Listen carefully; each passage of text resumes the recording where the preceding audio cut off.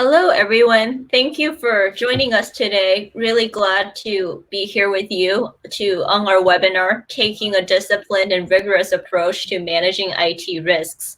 Welcome. My name is Jing-Sung Zhao, and I am with Hyperproof, and I'm your host today. We'll get started just in a moment, but before we do, I just want to say a couple of reminders. First, this webinar is being recorded, so you will be able to access it with the same link you used to register. As soon as it's over, it will become on demand for your viewing in the future. Second, we'd love to hear your questions. We have time reserved at the end for live Q&A with our speakers. So if you have any questions, please just type them into the question box and we'll have time at the end. With that, let's get started. So we have a three-part agenda today. The first part is our first speaker, Matt, will be talking about why taking a more rigorous risk management approach is necessary in today's landscape. Then our second speaker, Aiden, will share a little bit more practical steps on how your organization can make a shift to a more rigorous approach. And we'll also have time for live Q&A. With that, I'm thrilled to introduce our speakers, Matt and Aiden. Matt Kelly is the editor-in-chief and CEO of Radical Compliance, a blog and newsletter that follows corporate governance, risk, and compliance issues at large organizations. It includes the Compliance Job Report, a weekly update on compliance professionals moving around the industry. Matt speaks frequently on compliance, governance, and risk topics. Welcome, Matt. Hello, JC. I'm happy to be here. The second speaker is Aiden Collins. Aiden is the head of professional services at Hyperproof, a compliance operations software company based in Seattle, Washington. Aiden Collins, in this role, Aiden works with organizations to operationalize the complex requirements of a range of compliance frameworks, including those from NIST and ISO. Aiden has built and led professional service teams at organizations including Deloitte, PwC, and Bain, and he has over 30 years of experience in all aspects of security risk management, compliance, and IT assurance, and has helped orgs across a range of industries improve the effectiveness and efficiency of their business processes and risk management functions. Welcome, Aiden. Thanks, Jesse. Thanks, Matt. Glad to be here. Matt, I'll turn it to you. Sure. Thank you very much. And thank you for everybody who is joining us today. So I wanted to talk for maybe about 20 minutes or so here, and to just begin by asking the fundamental question, why is rigorous risk management necessary? Or maybe more precisely, why is paying attention to regulatory compliance no longer sufficient? What circumstances are changing for corporations that the traditional emphasis on regulatory compliance is never going to go away, but that's no longer enough? Because compliance officers will need to make the business case for taking this new approach to cybersecurity and compliance. And that begins with understanding the larger environment around your organization. So the short answer is that there are a huge number of circumstances that are changing for corporations today, and that leaves businesses much more exposed to risk. You can see a summary of my points there on your screen. But fundamentally, what's happening is that numerous sweeping trends in the world, globalization of trade, digital transformation of business processes, advances in communication technology, the rise of social media, all that other fun stuff. Those trends are making businesses more interdependent on other businesses, and therefore you wind up subject or exposed to more regulatory and operational risks. A great example of what I mean here is the rise of cloud computing. It's a wonderful technology. It's cheap to use. It's easy to implement. Sounds great. Businesses would be remiss if they weren't looking to embrace cloud computing. And I know the vast majority of them now generally do. At the same time, cloud computing suddenly puts many more third parties into your extended enterprise and your supply chain. And those third parties are becoming more mission critical to your business. And they expose you to more regulatory compliance from more jurisdictions around the world. So that's just one example of a large external force, the rise of cloud computing, and it suddenly exposes you to more risk, and that makes your risk management capabilities more important to success. The riskier the world is, the better you have to be at risk management. Those capabilities become more crucial because these new risks keep sprouting up like weeds. Now, I do have a more tangible example of what I mean there, and I can get into it in a moment. But before we delve into that, Aidan, I was just curious if you had any thoughts about the big picture of the forces at work here. What do you think?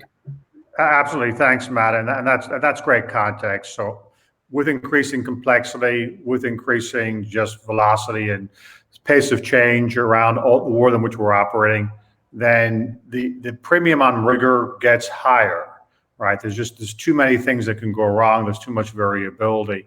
And part, honestly, of the driving force behind the work that we do at Hyperproof is to help bring some of that rigor to the operations around managing these risks and managing the approaches we take to them. So I think that context nicely sets up, Matt, what we'll talk about in a little while, what we've seen through the research we've done on our IT compliance survey, really what the outcomes of rigorous versus less rigorous IT management yield, and how that really sets the stage for the kind of approach that we want to have going forward. So I would just echo everything that you said there, Matt. Sure. And by the way, for anybody looking at this slide who's curious, The Quake is a Norwegian disaster movie. It's pretty good. Not as good as the prequel, The Wave, which I would recommend, and I think that's on Netflix. But just demonstrates the point of all the disasters that could befall you. So now, the more specific example I had wanted to talk about was, I suspect you knew this was coming, the pandemic. We all know the basic contours of the story here, that the pandemic arrived with very sudden, very ferocious force in March 2020, and corporations all had the immediate response: everybody work from home, if you can, as many as you can, as long as you can. And with that decision to work from home, suddenly your company's risk profile changed. Now, we can see all of the risks that changed. They're on your screen there. Security risks, compliance risk, vendor risk, and I'm sure you can think of others yourself. Some of those risks might have been existing risks that you always have had, that suddenly they changed in their severity or their importance. Other of the risks might have been entirely new risks that you'd never had to encounter at your firm before, but suddenly, boom, there they are. But understand the dynamic that's really going on here is that the pandemic emerged. So the organization changed its operational procedures to respond to a new public health risk. And to be clear, sending people home was absolutely the correct step to take. Coronavirus is a terrible public health risk. So we did the right thing. But that emergent operational risk in our responses to it, suddenly they spawn a whole lot of other compliance and security risks. And your ability to assess and respond to the new things, or let me put it this way, the ability to connect changes in operational risk to changes in your compliance risk. That's where a lot of companies came up short, especially in the first part of 2020, as we were all getting acclimated to this new way of life and work. So what we need today is a much more comprehensive, integrated approach to risk management, because so many risks that previously might have unfolded over a longer time horizon or happened in separate silos of the business, now suddenly they all overlap and they intrude on each other and they unfold much more quickly. So that is really, again, like I said, is driving up the importance of good risk management capability. And that includes being able to see this thing over here has happened, so that's going to have these follow-on consequences. And we need to understand that and know how to respond to them as well, because they're going to be right on top of us as soon as we make this change. So, Aidan, what do you think here about what I'm laying out so far? Yeah, Matt, I was just going to pick up on that theme. I think never to be one to not see a silver lining where it's at all possible. And if there's one here, I think it has demonstrated that, to your point, Matt, we may have gotten a slow start because we truly, this was a shocking event. But as we worked through it, we discovered some agility. We discovered the ability to be able to flex around workplace location, to flex around infrastructure. And I think that's a theme that we should carry forward as we continue to look at, as Matt describes, that network of risks and the tentacles that spread out from one to others. Then understanding that we demonstrated some capability to be agile should give us confidence that as we look at these going forward, we should be able to see that and recognize that that's the kind of, those are the kind of sequences we want to take more of and do more of and be more aware of. So I want to take some confidence from what we did, how we reacted, and how we got better at it, and then build that into our future flexibility and thinking as we mature in our abilities and get more rigorous in our abilities around risk management. Mm-hmm. So now let me move on and let's consider all of the practical costs and consequences for poor risk management, because there are a lot. The consequences go well beyond what everybody first thinks of, which are all the big fines and the monetary penalties from regulators that they get the headlines. They're a significant consequence, but there's much more to the total consequence than just that. First, of course, we have the operational disruptions, and that can be lost sales. It's wasted man hours of employees either doing nothing at all because they have no equipment with which to work, or they're trying to reconstruct or remediate whatever damage has already just happened. Second are all of the investigation and litigation costs. And, you can at least estimate the investigation and the litigation costs because at the end of the day, your lawyers are going to send you the bill. The consultants are going to send you the bill. And you'll be able to see, okay, there was that cost. I know that, as much as it stings. But you might never even be able to measure the true operational disruption costs with any accuracy. Like, what is the total number of sales that never happened? Maybe you can model them if you've got some really good sales forecasting tools, but maybe you might never be able to estimate those. And that can get into some very awkward conversations with senior executives and boards when they're asking about how much this costs, and you might not even be able to estimate it. That's never a good place to be.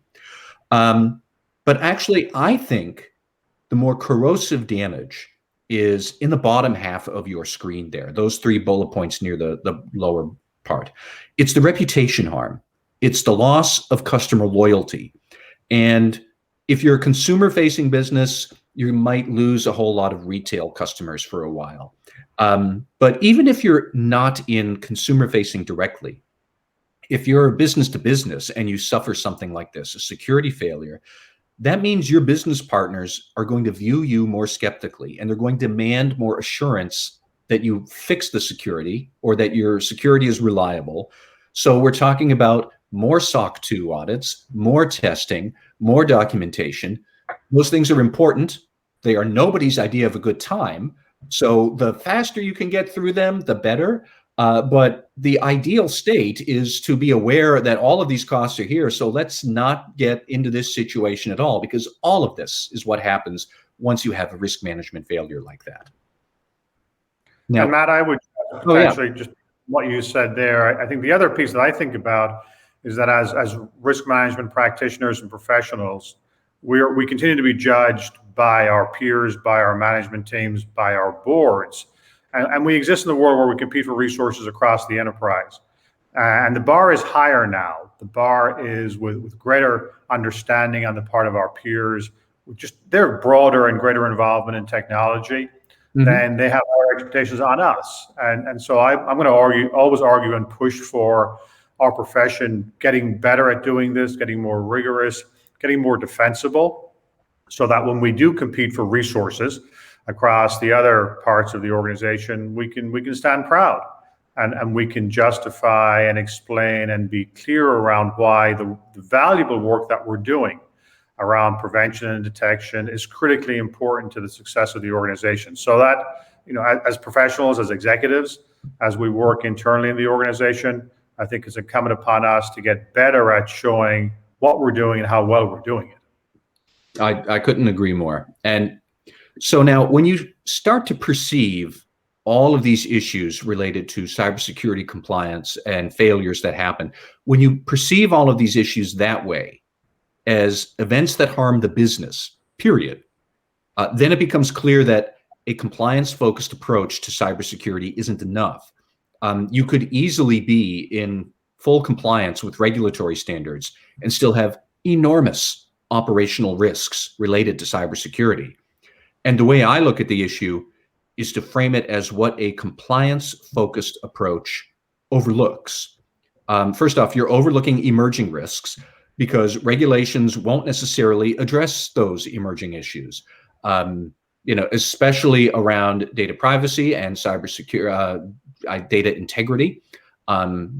They are enormously sensitive and consequential things when they happen, but data privacy laws and data privacy regulations take a long time to come to fruition. So there are going to be plenty of laws out there, or plenty of regulations that don't anticipate the new ways that technology might create pitfalls for you. And suddenly you're going to fall into them, even though you're in compliance with standards that didn't match the external risks. You'll present the board with a report about regulatory compliance when that is not what the board worries about. The board worries about the success of the business. It worries about things at a larger scale. And if you wind up briefing them on all of the SOC 2 audits or all of the ways that the access controls may or may not have performed well under the recent testing, that might be suitable for a deep dive on a risk committee that specifically wants to talk about it. But if you're presenting to the board, first and foremost, what do they want to know? Are we in a good position that we can execute on our strategic objectives? And that's it. So if your compliance program is just focusing on the regulations, it's really disconnected from the organization's strategic objectives. And then disaster happens. And then you get the worst question of all, which is, why were we not prepared for this? Aidan, let me circle back and get some color from you on this point, because I don't know whether you have had to ask that question or been asked that question, but I assume that those were not comfortable conversations anytime they've come up in your past. I was hoping you wouldn't bring that up, Matt, but thank you. So yes, and I've been on both sides. As a consultant, I've been on the side of presenting with clients where we had done work and we didn't catch some things, didn't see some things, and having sat on a couple of boards and been on audit committees on the other side of the table, I've asked those questions. And I think, Matt, you made a really good point about typical board reporting around compliance is a bunch of stuff. And yeah, there's a level of comfort associated with it that says, yes, we're meeting the requirements of whatever programs we're required to meet. And that does provide some level of comfort. But to your point, Matt, that kind of goes out the window when something happens. And there's an obvious disconnect. And I think we all know this in the compliance world between what requirements are placed upon us by external stakeholders and customers versus what we may need to do in a changing, dynamic, risk variable world in which we operate. And that manifests itself clearly in those kinds of conversations where we may well have met our requirements, but we still have to respond to that great question that Matt asked. Why weren't we ready? What went wrong? So those are uncomfortable conversations that we want to make sure that we avoid as much as possible. And so now I also wanted to just talk through an example that is right from the headlines, happened just a few days ago. So it's not even in our slide materials, but some of you listening may have heard about this case of the water district in Pinellas County, Florida, which on February 5th was victim of a hacking attack where the hackers used a remote access system that the district had recently installed. And a hacker exploited some vulnerability in that remote access system to gain remote access to the water district and changed the controls to jack up the amount of lye that goes through the water pipes to poisonous levels. I did not know this until I read it, but a small amount of lye is actually a very good cleaning agent and it's not dangerous to humans. But this hacker had turned it up from 100 parts per per zillion or million to 11,100, an increase of 111-fold. And at that point, the lie is deadly to humans.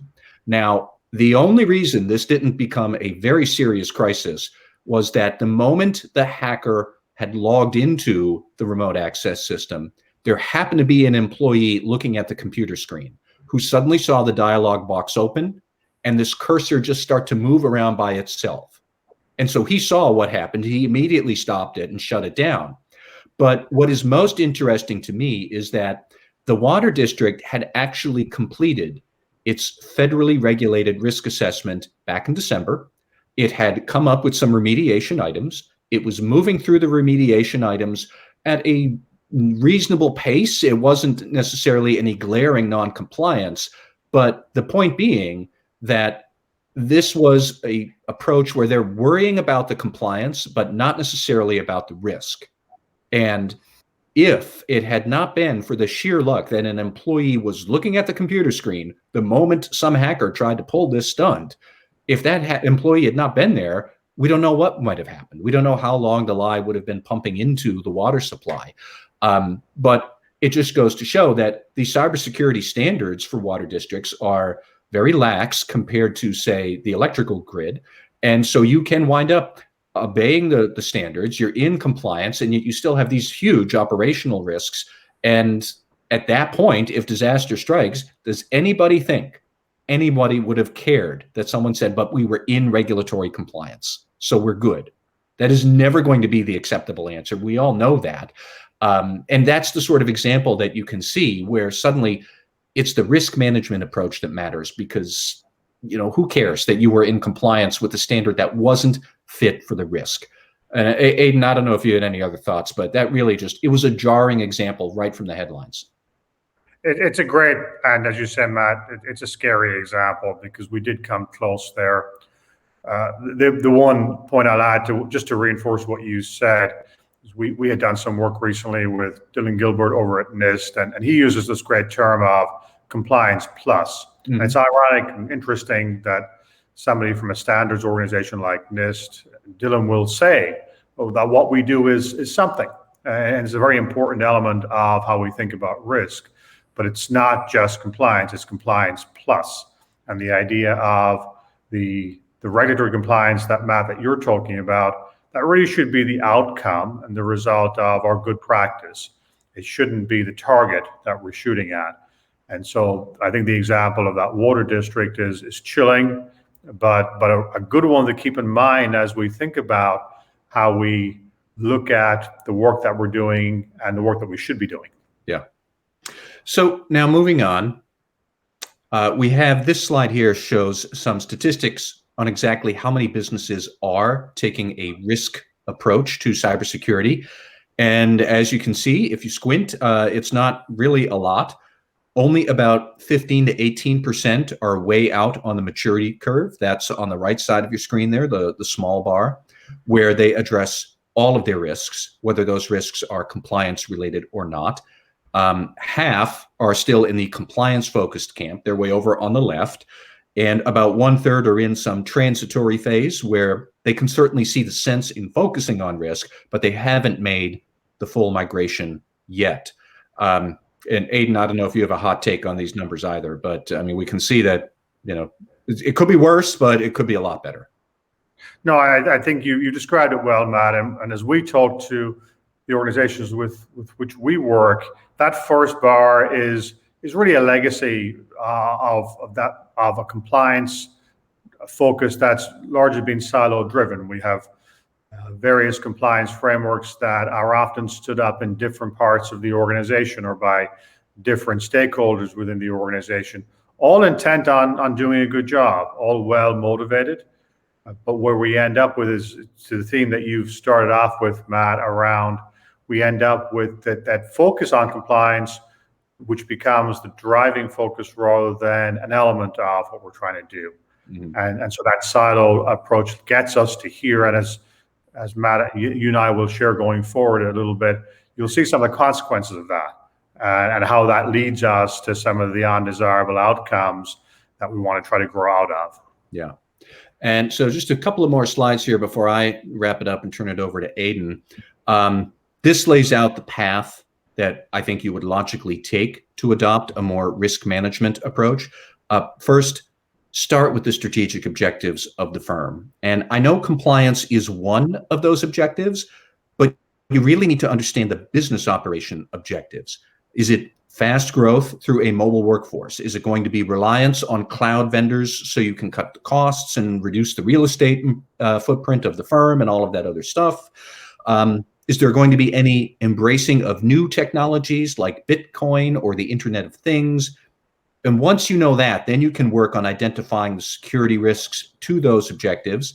That's going to involve a lot of risk registers and frameworks, and I'll let Aidan speak to those issues in more detail.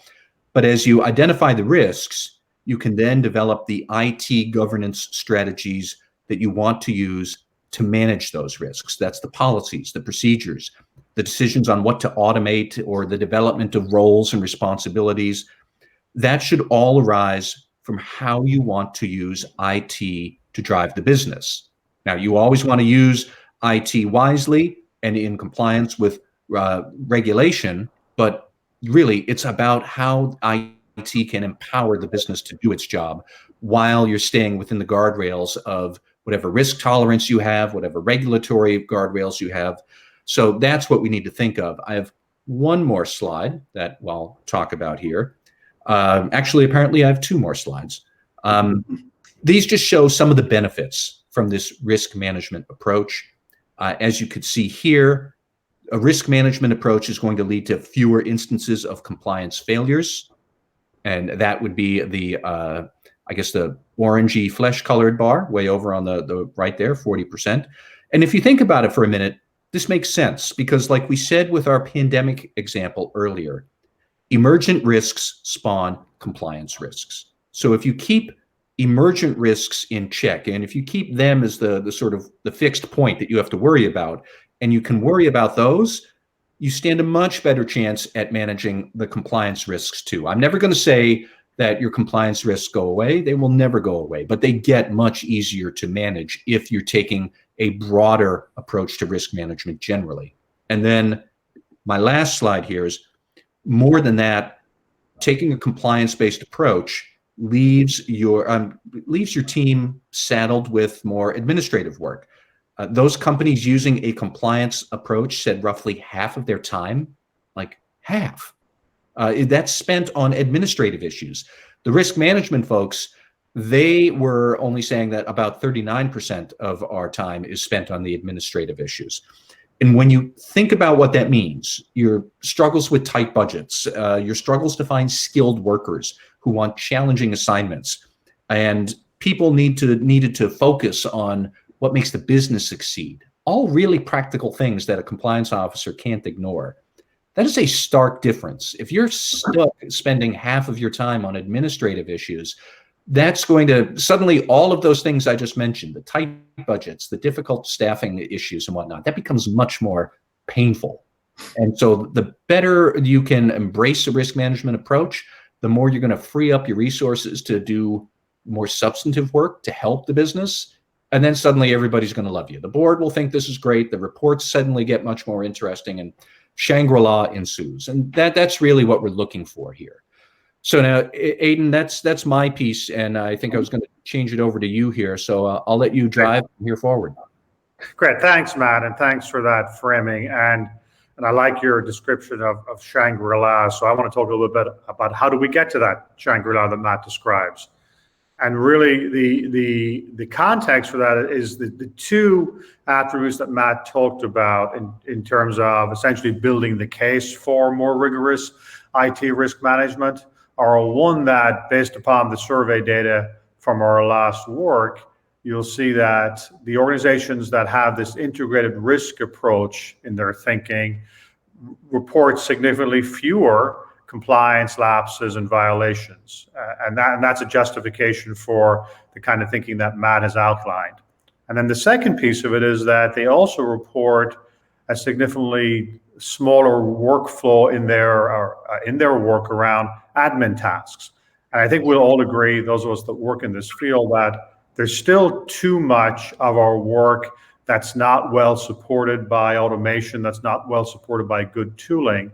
But taking that more integrated risk approach, that cohort of respondents say they're doing less of that than others. And that's a significant efficiency improvement. And in the addition to that earlier comment on fewer compliance lapses, I think presents a good business case for why taking that approach makes more sense. So if we justify and say we want to do it, how do we do that? How do we move to a place where we're getting those desirable outcomes? And that's where some of the practices that we want to talk about, some of the responses from our survey, I think will provide more clarity there.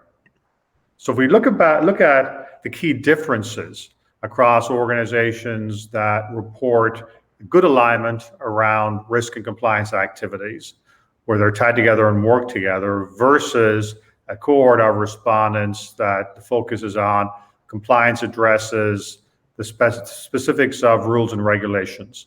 And if you look through these basic list of IT management practices, then you'll see some similarity in the responses in a number of areas. But what I think is telling is the last two items on the chart here, where the biggest delta is in organizations that focus through a risk lens, looking at compliance versus a pure compliance lens, is that they're doing a couple of things very differently. One of them is that they're using better tooling. They're able to have an approach around some of the key tasks associated with compliance, and one that's called out specifically here is evidence management, and the management of all of the artifacts that come from all of the testing of all of the controls across all of our audit and assessment activities, dealing with all of our internal and external stakeholders. Enabling that with better technology and process is a marked difference between those two cohorts. And then the second piece of it is a willingness to be inspected and to be looked at, and to have the infrastructure that allows for external and internal assessors to more frequently look at what we're doing. And that, again, I'm going to argue, is enabled by a platform that makes that available, that makes our controls transparent to a range of stakeholders, that shows the tasking and the workflow around that in a way that folks within our organizations and outside of those can look more clearly at the results that we're trying to achieve. Matt, as you look and you see some of these differences in the cohorts, anything that stands out for you? Well, I think that you did raise a very good point there, where you said that a good risk management approach will let more parties look around and kind of come in and see what's going on. And what stood out to me is more that it's a philosophy change. You really need to get the business to support this idea. Because I still think today that too many businesses, the boards, the C-suites, they really do still see compliance as a separate thing that you have to do to get out of the way so you can pursue the business. And I think that is a flawed approach. But then the other thing that also sticks out to me in a very practical way is that second one from the bottom about using software to centralize and automate evidence management, just because there's going to be a ton of evidence to think about and to track, and so many different types of risk that are interrelated. You are going to need an awful lot of evidence, and you're nuts if you think you can do this with a manual approach with spreadsheets. I don't want to get ahead of us, but somebody had submitted a question here asking about whether the COBIT framework or the COSO frameworks are satisfactory for IT governance.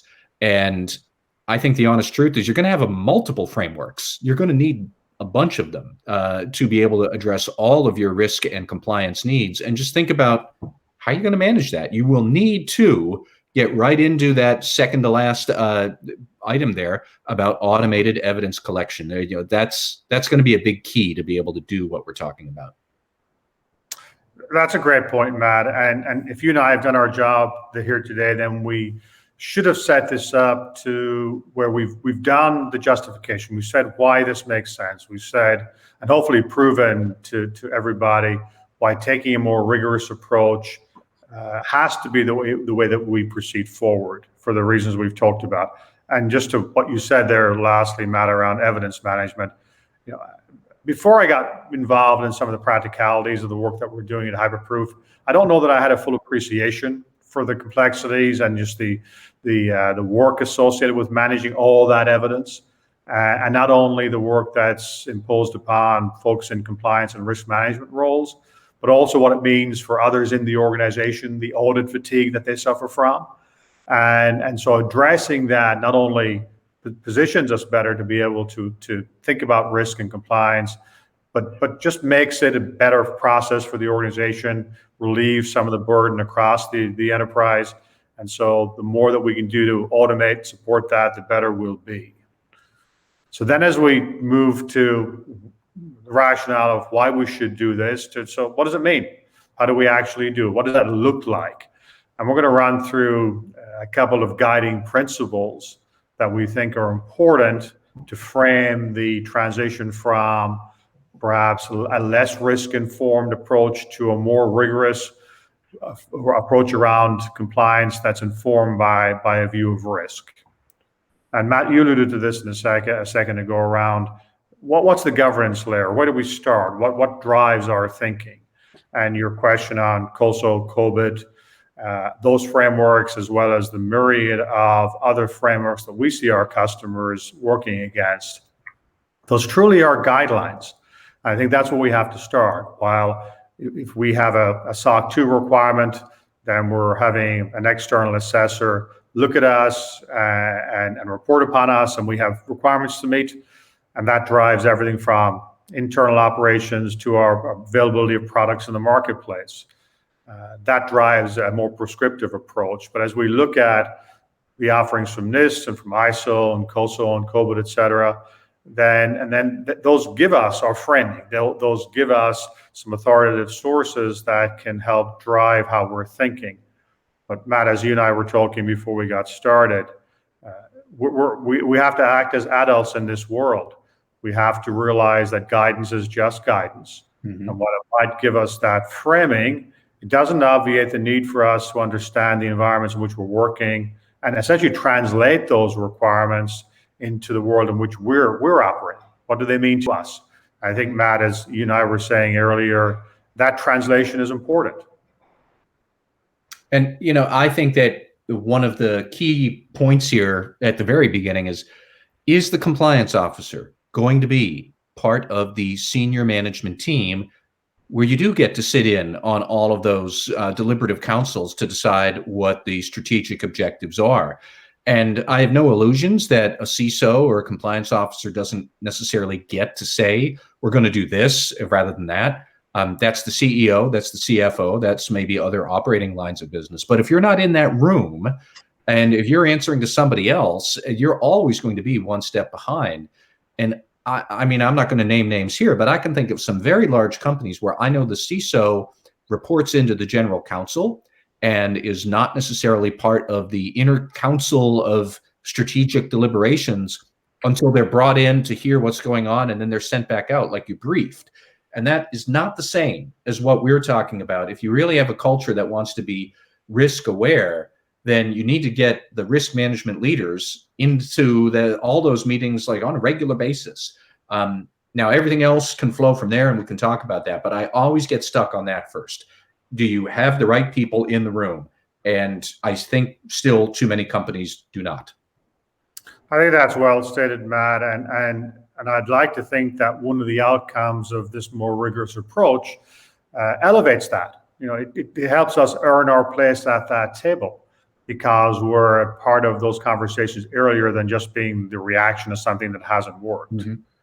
So if you think then about just applying good operations principles to the world in which we operate, one of those key principles is we have to know the work that we're doing and that work that needs to get done. Too oftentimes it feels like in our compliance and security and risk worlds that we're reactive. We're waiting for stuff to happen. Others define our agenda more than we do. And some of that is lack of good business process. Some of it's we're suffering from the tooling that we have to use. We're suffering from a lack of good technology support. We're suffering from a lack of good process. And so I'm going to argue that getting better at that, getting better at understanding what we have to do, getting better at the easy, not the easy to understand tasks of calendaring out our work, of making sure that we're scheduling over time the various requirements that are placed upon us. And then mapping out so that we can support that with technology is key. And Matt, you talked about, I said something as well about the burden of evidence collection and managing all of that. That truly is a significant burden, and that's lumpy through the year. And so the more that we can do to A, level that out, plan it, understand it, and B, get super efficient. And one of the ways, for instance, that we think about that at Hyperproof is we want to have an almost dogmatic approach that says every control that we have, we want to map that to multiple requirements, multiple frameworks if we're working with those, multiple risks to the extent that it's possible. Mm-hmm. And then very importantly, when we're testing that control, we're gathering evidence over time, we want to do that once. And so we want to put a burden on the organization that says, if somebody has to provide evidence, have them do it once, and then map that evidence to that control, potentially to multiple controls, and understand that schema so that we're getting as efficient as we possibly can as we build out our controls environment and connect that to the various risks that we have. Yeah. And I mean, I think that a lot of people would say that's always been true, sort of at an abstract level. You would always want to do that. But the proliferation of risks and the proliferation of frameworks to respond to them and regulatory requirements that, you know, thou shalt respond to this, that is making all of this very nice idea for so many years so much more important and difficult to do. So, I mean, nobody would ever say, we can just retest the control for every obligation that comes up and we'll tie up the first line of defense and not a big deal. Nobody's going to say that, but it becomes much more important now to figure out a way to cut that Gordian knot and to find, okay, which control goes to all of these different frameworks. I can kill 6 birds with 1 stone. Here's the evidence. I'm going to store it. I'm going to tie it back and prove it all. The urgency of really making that work has gone way up within the last 5 or 10 years, and it's going to stay there. It's never going to go down. That's well articulated, Matt, and particularly that increase in the work going forward and the demands that we place not only on compliance and risk practitioners, but on broadly across the organization. And we have to do better at doing that. And at the risk of beating that proverbial dead horse, that evidence management piece really has become central to a lot of the work that we have to do in our roles and what we place upon the organization.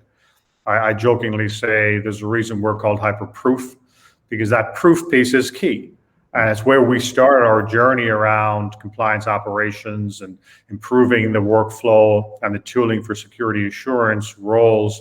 We looked hard at what evidence management means. And we saw a world where there was significant redundancy, significant duplication, lots of rework without good support. So the taxonomy that we'll put in place really revolves around making sure that we understand that mapping of evidence to controls. What kind of evidence do we need? How do we gather it? How do we do that utilizing technology and automation as much as possible? How do we automate the frequency of collection so that we're not spending our time in response to an audit request calling somebody in IT and bugging them to upload some evidence that we need when they got a similar call 3 weeks ago from somebody else for a different request, and it's not exactly the same, but it's close enough. And they're looking at us and saying, well, didn't you just ask for this? Mm-hmm. So getting away from that way of operating is important. And then finding ways to expose that, to Matt's point earlier, to expose that to whomever it is that needs to look at that. If we have 5 different audit firms doing SOC 2 or ISO assessor work, or we have some people looking internally from internal audit, whoever those constituencies and stakeholders are, our future world has to be where we can expose to them all they need, and then they can go off and do their work. And so setting that up, putting that in place is going to be a key job of work around reinforcing that disciplined approach to IT risk management that's supported by good operations processes. The 4th area that I'll touch on is, as we get more rigorous, is streamlining and getting more efficient. And we've talked about the evidence management challenge. There's a huge opportunity to introduce efficiencies there for both us and the rest of the organization. Layering on top of that is the ability to report out regularly, to be able to show what we're doing, to be able to make clear to the organization our progress. And then if you think about having been in some of those roles, I know that a lot of the work that I did really was getting others to do their work, the nagging, the reminding, making sure that people have a clearer view of what their work is, both compliance practitioners and others. How do we make that happen? How do we automate as much as possible? And on our roadmap, as we look at the future of Hyperproof, one of the areas that we're very much engaged on is how do we extract evidence in the most automated way possible? And we already have some tooling that does that. But then you think the next logical step to that is that there are certainly a subset of controls that can be tested in a way that may be fully automated. And our ability to look at that evidence and decide, with the advantage of AI technology in the future perhaps, but even now looking at some simpler tests that say, yes, that evidence would suggest the control is effective. So let's mark that control as effective and have an ability to look at that in a continuous way over time as opposed to episodically through an audit. So the idea of getting better at our processes, supporting them with technology, making them more efficient and making them more repeatable.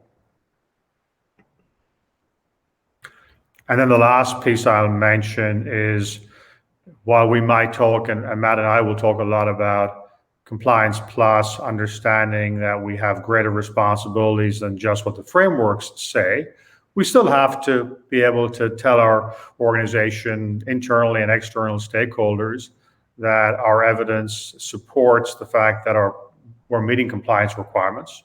We want to be able to look at that in the context of an individual program, across all of our programs, and then beyond that to risk.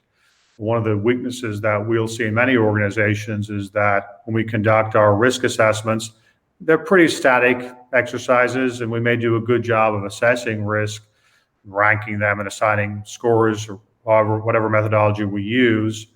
But there's a disconnect between the controls that impact that risk, the ongoing monitoring of those controls, and then how does that impact the actual or the residual risk associated with any risk that we're concerned about. So linking the actual operations of controls in a continuous way to our view of the actual residual risk in any context is very important.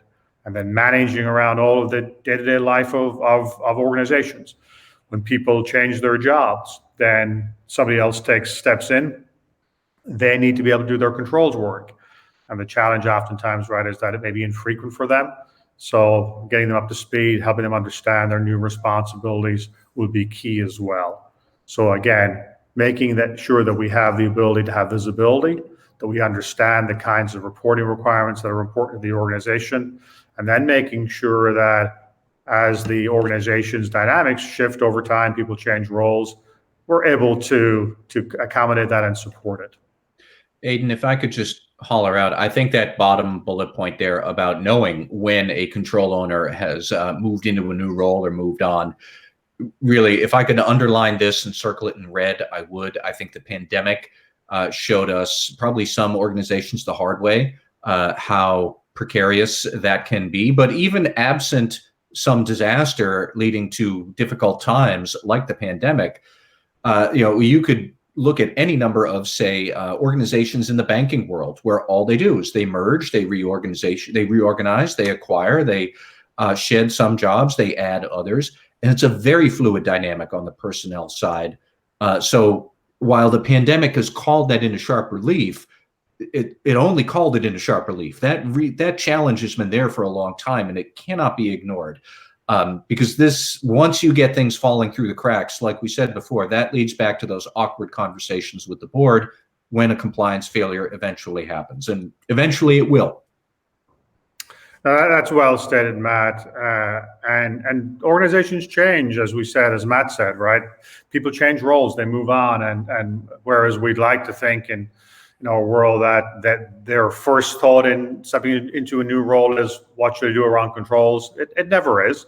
And so we have to make it easy for that to occur. We have to institutionalize knowledge so that it's easily transferred to new incumbents and roles. We have to get better at making sure that's beyond spreadsheets. And for many of us, it is spreadsheets. And so that's where really the focus of Hyperproof is. We think about, and maybe even dogmatically, we're going to argue that the world of security assurance, compliance, IT risk management, the way that we institutionalize that across our organizations needs a new approach. It needs compliance operations and the platform to support that.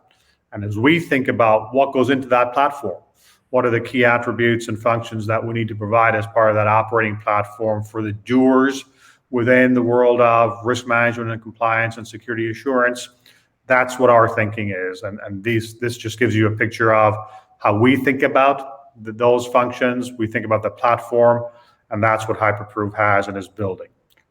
So with that, JC, I'll hand back to you. Thank you. Let's take some questions. First question, can you address at a high level IT fraud risk? The boards and C-suite, how do we prevent or detect IT fraud risk?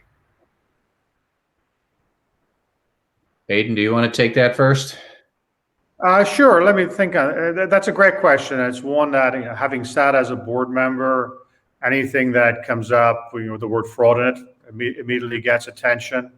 And I think what we have to do there is recognize, first of all, that fraud is a complex topic. It is, and it's one that's going to stand out as we think about the controls that we put in place across the organization. So if I think about from a board standpoint, then my concern is going to be making sure that we understand that sort of set of circumstances, what has happened, and then tying it back to the kinds of risks that we're managing currently, or have those being called out, and then what are the associated controls. So I think about it from the perspective of a board member. It's getting confidence that we've thought about it and that we have put in place some of the controls that mitigate it. Matt, what do you see as you talk to the customers you work with? Well, one thing I think is worth thinking through is actually even defining what you mean by IT fraud risk, and then defining who would be in charge of that. If we're going to define it as, I don't know, people exploiting the IT system to commit fraud, well, they're really going to be stealing two types of things. They're going to be either stealing money or they're going to be stealing data. And who would be in charge of understanding normal business processes and business operations? And a lot of it with fraud is just being able to understand, here's what normal looks like for us, so that when we see the abnormal, we can immediately move to lock it down. And who would be the person in charge of that for your organization? I have heard some truly, I guess, innovative ideas about in financial firms where they even think about integrating cybersecurity and anti-money laundering compliance, because as one AML guy told me, the really big problem there isn't how the attacker got into your network, it's how you're going to keep them from getting out, because they're just going to take out information. Maybe it's information about the account number, or maybe it's an order to move actual funds out of your enterprise. But is that how you want to do it?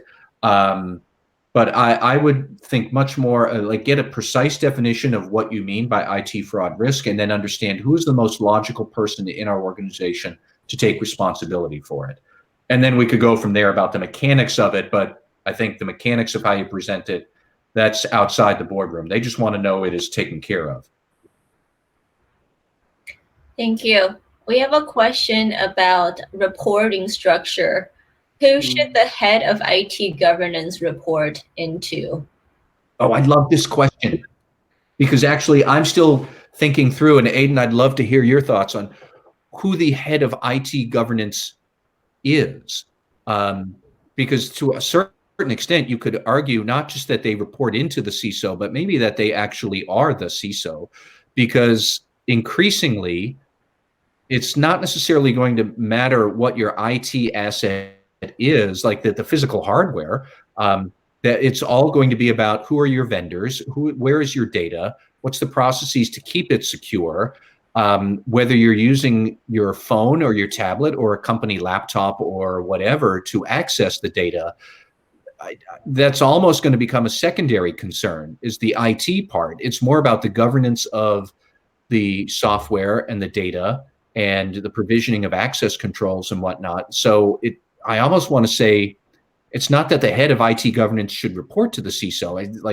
I think it is the CISO. But Aidan, that's why I said I love the question. I don't know if I'm right on that. What do you think? Yeah, no, I was looking at the question and thinking, and I appreciate how you approached it. I think, and you've kind of teased out something that's really important, right? If we think about risk to begin with, one of the key attributes of all of our risk assessment is what's the asset that we're worried about protecting. Yeah. So what's the asset that's important to the organization? And increasingly, to your point, Matt, where the asset is, what it looks like is less important than actually understanding it. Saying what are the important data assets to the organization? And as you said, Matt, it's less the infrastructure, it's less the hardware. It truly is the data assets that we have. And then how do we value those? Where are they? And then that leads to the next logical conversation is around what do we do with them? How do we protect them? How do we manage them? And your response was it should be the CISO is the head of IT governance. I can go one further and say if I'm a CIO in an organization, increasingly my focus is around our data assets and the value of those and optimizing that value.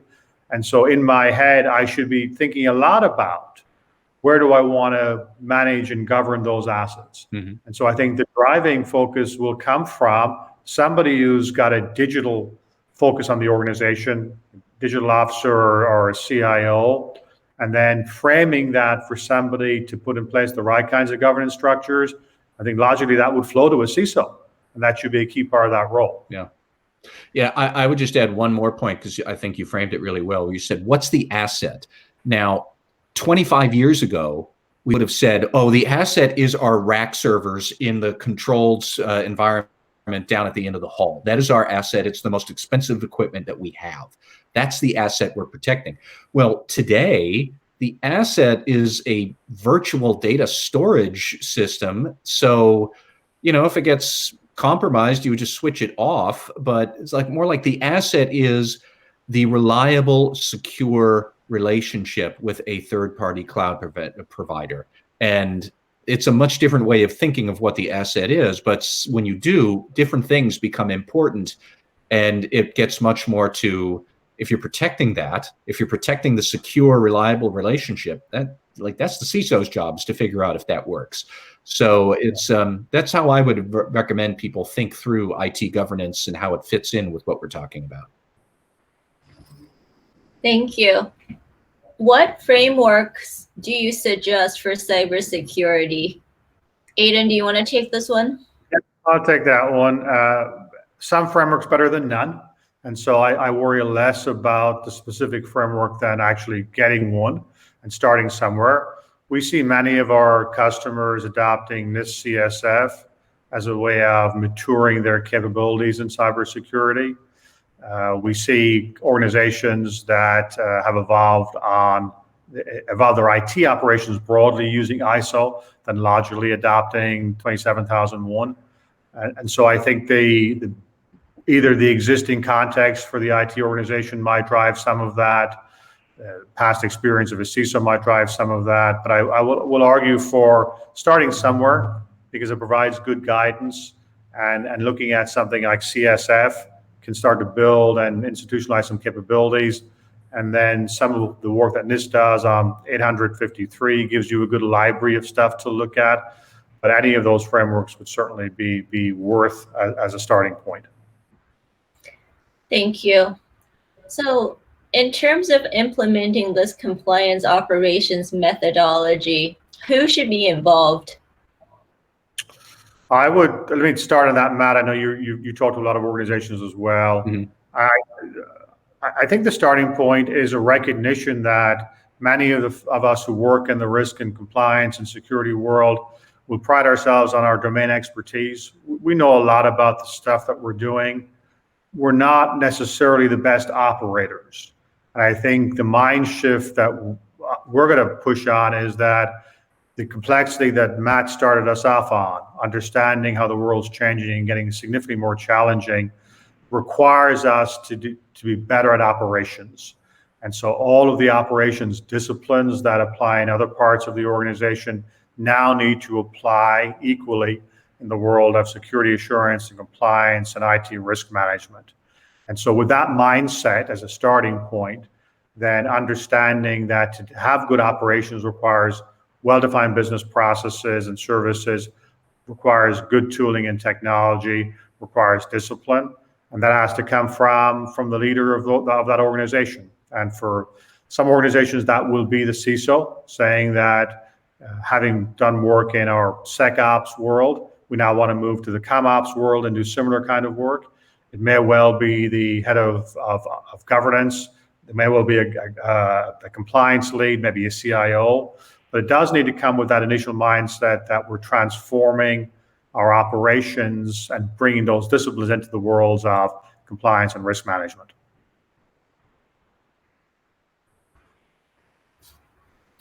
Great, thank you. I think we're at time, so thank you everyone for being with us today. We hope this was relevant and provided you with some good ideas on how you can move forward in making your own practices more disciplined and rigorous. And with that, I'd like to thank you, Matt and Aidan, for just putting so much thought into this presentation and sharing your insights with us.